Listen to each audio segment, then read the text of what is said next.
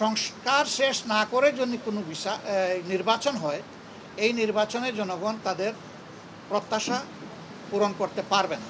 এখানে পেশি শক্তি এবং কালো টাকার প্রভাব চলবে না। দেশ আমাদের সবার, দেশ ভালো থাকলে আমরা সবাই ভালো থাকব।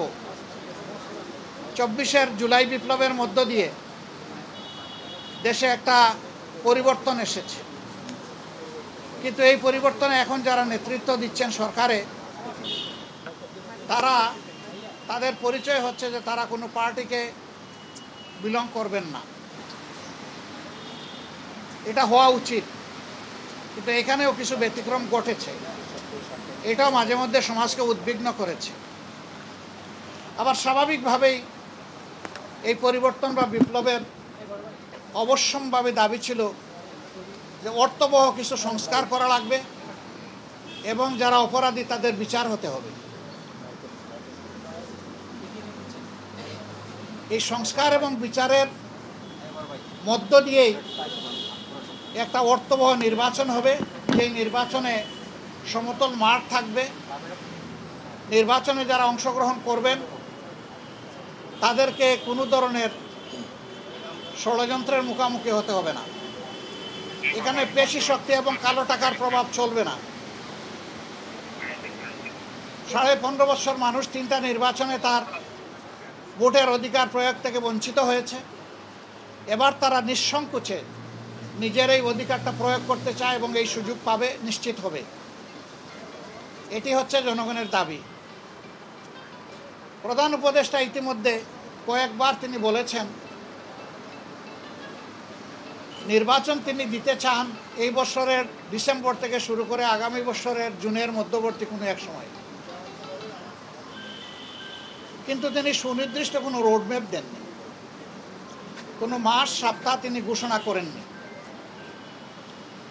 এটাকে কেন্দ্র করে বিভিন্ন ধরনের দাবি এই নির্বাচনের রোডম্যাপের ব্যাপারে আছে। আমাদেরও কিছু রিকমেন্ডেশন ছিল, আমরা তার প্রতি সম্মান রেখেই বলেছিলাম যে দায়িত্ব আমরা সবাই মিলে তাকে দিয়েছি, তিনি চেয়ে নেননি এবং তিনি দলের পক্ষ থেকেও নির্বাচিত কোনো দায়িত্বশীল নেতা নন, বরঞ্চ তিনি জনগণের ঐক্যমতের ভিত্তিতে এই জায়গাটায় একটা গুরুবার তিনি গ্রহণ করেছেন। তাকে আমরা তার সম্মান বজায় রেখে দেশের স্বার্থটা তিনি দেখবেন, সেটা আমরা সবসময় বলে আসছি। আমরা আজকে ওই ব্যাপারে কথা বলেছি। আমরা বলেছি 2টা বিষয় স্পষ্ট করা দরকার। একটা, নির্বাচনটা কখন হবে, আপনি যে সময়সীমা দিয়েছেন এর ভিতরেই জনগণের কোনো ধরনের বড় ভোগান্তি না হয়ে একটা কমফোর্টেবল টাইমে এই নির্বাচনটা হওয়া উচিত আমরা মনে করি। আর 2 নম্বর আমরা বলেছি এই নির্বাচনের আগে অবশ্যই সংস্কার এবং দৃশ্যমান বিচারের কিছু প্রক্রিয়া জনগণের সামনে আসতে হবে। সংস্কার শেষ না করে যদি কোনো নির্বাচন হয়, এই নির্বাচনে জনগণ তাদের প্রত্যাশা পূরণ করতে পারবে না। আবার সব সংস্কার এই সরকারের পক্ষে করা সম্ভব না। মাত্র 5টা সুনির্দিষ্ট বিষয়ে তারা হাত দিয়েছে। এতটুকু নিষ্পত্তি হওয়া উচিত সন্তোষজনকভাবে।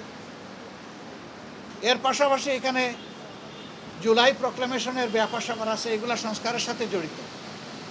তো অনেক দলের দাবি দেওয়ার মধ্যেও কিছু ভিন্নতা আছে, এটা থাকবে। দল যেহেতু আলাদা, মতেরও ভিন্নতা থাকবে, এটাই স্বাভাবিক।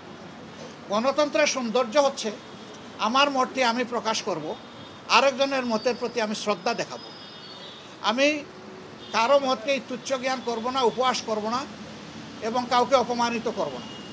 কিন্তু আনফর্চুনেটলি এই সীমা আমরা অনেকেই রক্ষা করে চলতে পারি না, আমাদের পারা উচিত।